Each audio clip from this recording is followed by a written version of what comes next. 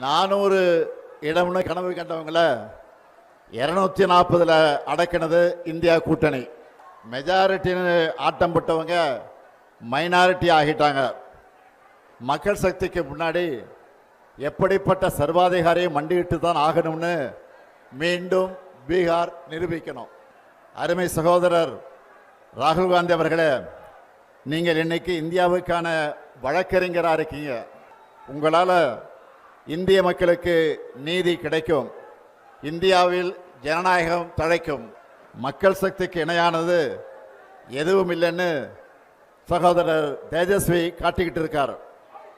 நீங்கள் 2 பேரும் பீகாரில் பெறப்போகிற வெற்றி தான் இந்தியா கூட்டணியோட அடுத்தடுத்த வெற்றிகளுக்கு அடித்தளமாக அமைய போக. பீகார் சட்டமன்ற தேர்தலில் நீங்கள் வெற்றி பெற்ற பிறகு நடைபெறக்கூடிய வெற்றி விழா கூட்டத்தில் நிச்சயமாக உறுதியாக நானும் பங்கேற்பேன்.